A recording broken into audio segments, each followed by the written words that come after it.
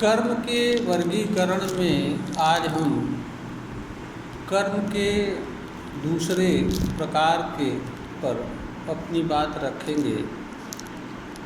कर्म का दूसरा प्रकार होता है प्रभाव के आधार पर कर्म का वर्गीकरण।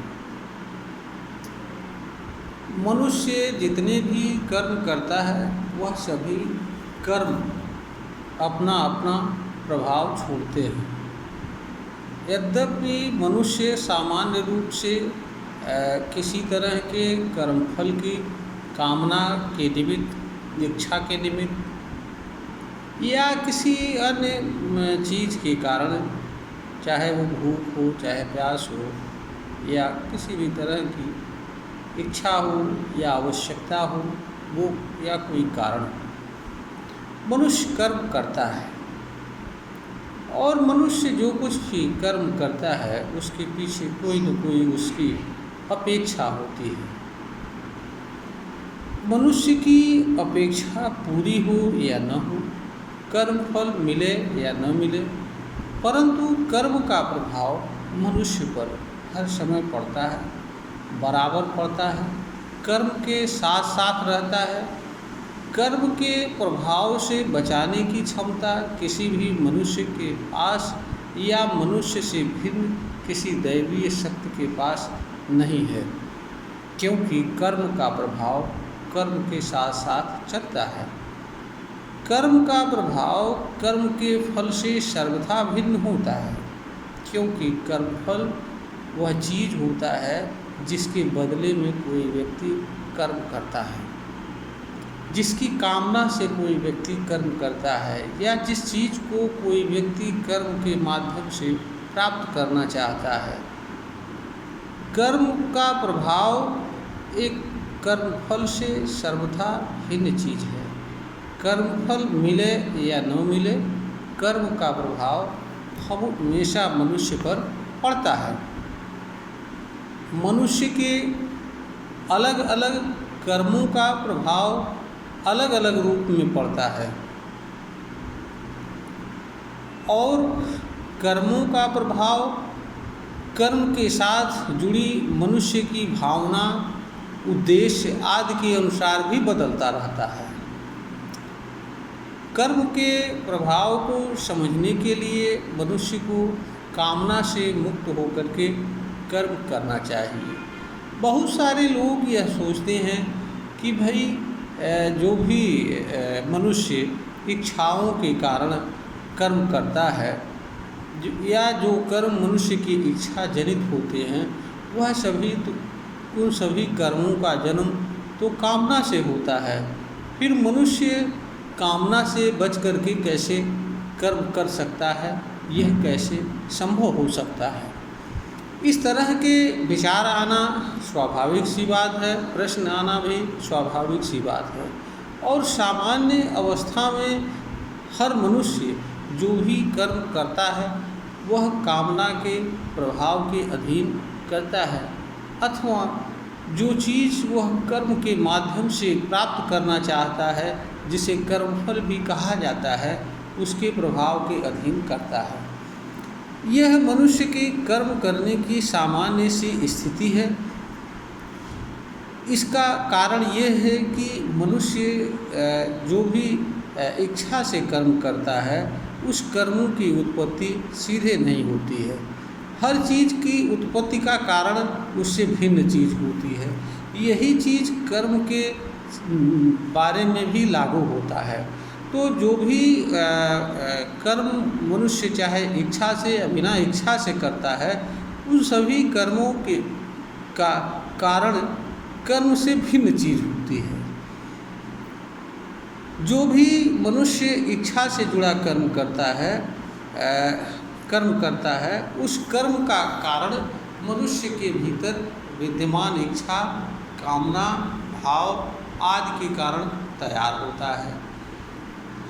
कामना का कार्य होता है कर्म को जन्म देना, कर्म को करने के लिए प्रेरित करना, प्रभावित करना और तैयार करना।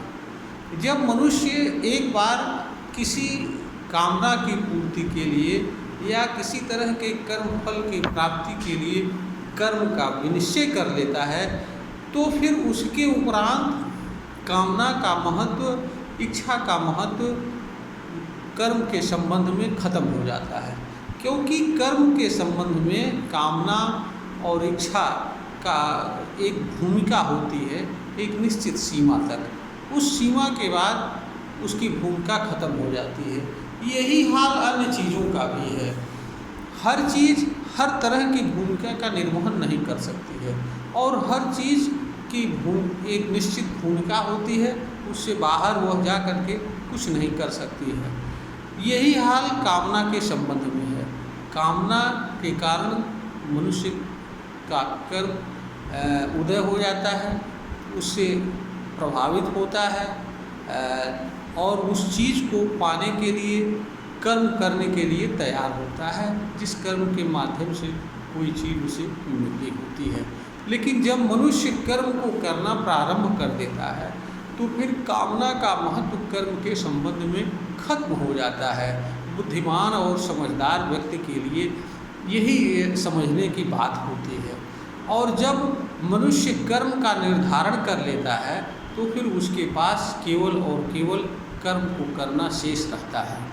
अगर मनुष्य कामना से कर्म से कामना को पृथक करके कर्म करे, अर्थात निष्काम भाव से, अर्थात निष्कामना रहित कर्म करे, तो मनुष्य के कर्म करने की क्षमता काफ़ी बढ़ जाती है, और कर्मफल मिलने की संभावना भी काफ़ी बढ़ जाती है। क्योंकि जब मनुष्य निष्काम भाव से किसी कर्म को करता है, तो उसका मन और उसका ध्यान दोनों कर्म पर रहता है, और यही कर्म करने का उत्तम तरीका भी है। अज्ञानवश लोग यह सोचते हैं, समझते हैं कि हम कामना के बिना कर्म नहीं कर सकते। वस्तुतः कामना और कर्म दोनों का मानव जीवन में अलग अलग महत्व है, अलग अलग उपयोगिता है, दोनों के अलग अलग कार्य हैं। कामना का कार्य कर्म नहीं कर सकता, कर्म का कार्य कामना नहीं कर सकती है। यह बात हर मनुष्य को समझना चाहिए। इसलिए जब मनुष्य कर्म का निर्धारण कर लेता है, तो फिर कामना की भूमिका खत्म हो जाती है, और मनुष्य को कामना के प्रभाव से मुक्त होकर के निष्काम भाव से कर्म को करना चाहिए। क्योंकि कामना की कोई भूमिका कर्मफल में नहीं होती है। कर्मफल तो कर्म पर निर्भर करता है। कर्मफल कर्म का संभाव्य परिणाम होता है। कर्मफल हमेशा कर्म के अनुरूप और कर्म के अनुसार प्राप्त होता है। ऐसा नहीं होता है कि मनुष्य कोई और कर्म करे और कर्मफल उसे कुछ और प्राप्त हो। तो इसलिए मनुष्य जो है के लिए आवश्यक होता है कि वह जो है निष्काम भाव से कर्म करे। जहाँ तक जब मनुष्य कामना से ग्रसित होकर के कर्म करता है, तो उसका ध्यान कामना अर्थात कर्मफल पर भी रहता है और कर्म पर भी रहता है। और कभी कभी मनुष्य का मन इन दोनों से पृथक अन्य चीज़ पर भी चला जाता है। जब मनुष्य का मन और ध्यान कर्म के अतिरिक्त अन्य चीज़ों पर रहता है, तो मनुष्य के कर्म करने की क्षमता प्रभावित होती है। क्योंकि मनुष्य जो भी कर्म करता है, वह वास्तव में शरीर और इंद्रियों के माध्यम से संपन्न होता है। इंद्रियों में सबसे मुख्य इंद्रिय मन होता है। मन के माध्यम से मनुष्य स्वयं को नियंत्रित करता है, कर्मों को नियंत्रित करता है, किसी चीज़ पर विचार करता है। तो जब मनुष्य का मन जो है इधर उधर रहता है, तो उसके अन्य इंद्रियों एवं शरीर पर भी प्रभाव पड़ता है। क्योंकि मनुष्य के मन की क्रियाशीलता का प्रभाव मनुष्य के संपूर्ण अस्तित्व पर पड़ता है, जो उसका भौतिक अस्तित्व होता है। और कर्म मनुष्य के शरीर से ही संपन्न होता है, तो मन के क्रियाशीलता का प्रभाव शरीर पर पड़ता है।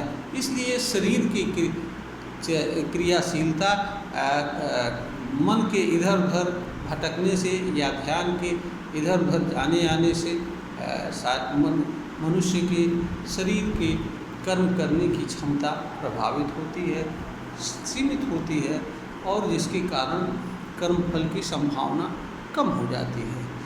इसलिए मनुष्य के लिए यह आवश्यक होता है कि वह जब कर्म प्रारंभ कर दे तो फिर वह कामना से स्वयं को मुक्त कर ले, संपूर्ण ध्यान कर्म को अच्छे से अच्छे तरीके पर करने से लगावे। क्योंकि जहाँ तक कर्म फल की बात है, कर्म फल तो कर्म के अनुरूप मनुष्य को मिलना ही है, और कर्मफल के बारे में कोई पूर्व अनुमान तो किया जा सकता है, परंतु वास्तव में किसी कर्म का फल किस रूप में प्राप्त होगा यह भी कोई मनुष्य न तो जान सकता है, न समझ सकता है, और न इसके बारे में विचार कर सकता है। मनुष्य के पास एकमात्र उपाय है कर्म और कर्म निष्काम कर्म, जहाँ से उसे कर्मफल के बारे में किसी तरह की विचार करने की आवश्यकता नहीं होती है। मिलेगा या नहीं मिलेगा यह प्रश्न मनुष्य के लिए उचित नहीं हो, क्योंकि इस तरह के विचार से मनुष्य को कोई फायदा नहीं होता है। जिन चीज़ों से मनुष्य को फायदा न हो उन चीज़ों पर मनुष्य के लिए विचार करना उचित नहीं होता है। इसलिए कर्म प्रभाव के आधार पर विभिन्न प्रकार के कर्मों को जानने के पूर्व मनुष्य को कर्म के प्रभाव के संबंध में जानना आवश्यक होता है। कर्म का प्रभाव ऐसा होता है कि जिससे मनुष्य के पास बचने की कोई क्षमता नहीं होती है, क्योंकि कर्म का प्रभाव कर्म के साथ साथ चलता है, और यह भावना और विचार के रूप में मनुष्य के भीतर कर्म करने के बंद करने के बाद भी बना रहता है और उस रूप में अपना प्रभाव छोड़ता रहता है। इसलिए मनुष्य के लिए कर्मफल से ज़्यादा महत्वपूर्ण कर्म होता है, क्योंकि कर्म मनुष्य के जन्म का, जीवन का, अस्तित्व का आधार होता है, सुख एवं शांतिपूर्ण जीवन का भी आधार होता है। इसलिए मनुष्य को कर्म को जानना आवश्यक होता है। कर्मफल तो मनुष्य को मिलते रहते हैं, उसमें कहीं कोई दिक्कत नहीं होती है। मनुष्य जिस तरह का कर्म करता है उस तरह का कर्मफल किसी न किसी रूप में उसे मिलता ही है, बशर्ते मनुष्य को इस बात की समझ हो। ज़्यादातर लोग न समझ के कारण ही मिलने वाली चीज़ों को भी नहीं समझ पाते हैं कि उनके लिए मूल्य क्या है। यह भी एक सच्चाई है। इसलिए मनुष्य को कर्म के प्रभाव को समझना चाहिए। कर्म का प्रभाव का ज्ञान मनुष्य को जब कर्म करता है तभी हो सकता है, और इसके लिए कोई ज़रूरी नहीं है कि वह बाहरी कर्म करे, भौतिक कर्म करे।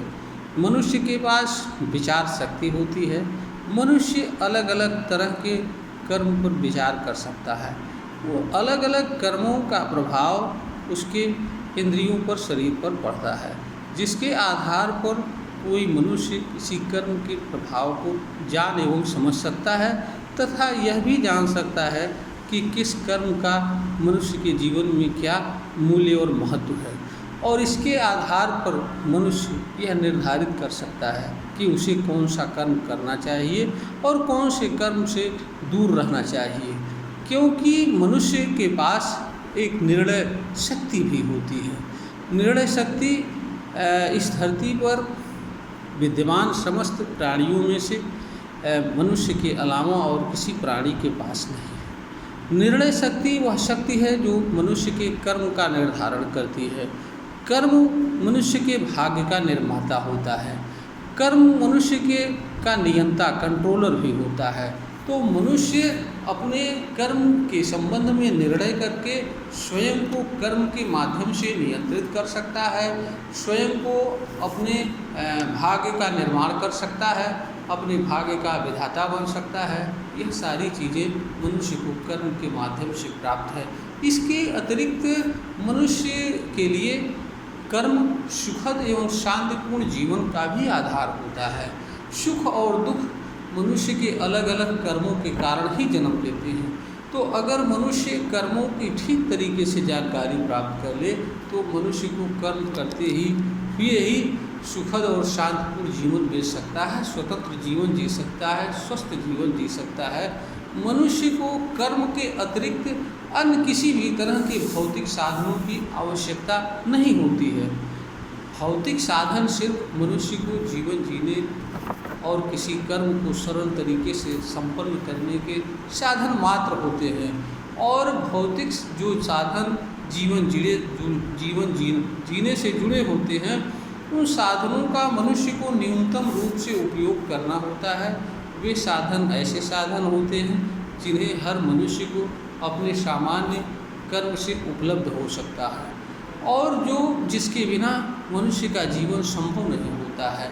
वही चीज़ें मनुष्य के लिए जीवन जीने से संबंध रखती हैं, जैसे भोजन है, वस्त्र है, शाम को सोने की जगह है। यही चीज़ें हैं जो मनुष्य के जीवन जीने से संबंध रखती हैं। इसके अतिरिक्त जो चीज़ें होती हैं वह मनुष्य की कामना होती हैं, और इसके अलावा और कुछ नहीं होता है। तो मनुष्य का जीवन कल्पना नहीं होता है, और न कल्पना के आधार पर जीवन जीना मनुष्य के लिए उचित होता है। मनुष्य का जीवन कर्म पर निर्भर करता है, और कर्म निष्काम कर्म एक ऐसा साधन है जिसके माध्यम से मनुष्य को जीवन जीने से जुड़ी वह सभी चीज़ें प्राप्त हो सकती हैं वास्तव में जिन चीज़ों की उसे आवश्यकता होती है। इसलिए मनुष्य को कर्म को हर हालत में जानना एवं समझना चाहिए। कर्म मनुष्य को जो पीड़ा एवं दुख का कारण भी कर्म ही बनता है, इसलिए कर्म के प्रभाव को मनुष्य को समझना चाहिए, जानना चाहिए। यह वीडियो ज्ञानवर्धन हेतु बनाई गई है, प्रेषित की जा रही है। हमें उम्मीद है कि यह वीडियो ज्ञानवर्धन में कामयाब होगी। अगर श्रोता को यह वीडियो ज्ञानवर्धन के योग्य प्रतीत हो तो इसे लाइक करें, शेयर करें और सब्सक्राइब करें।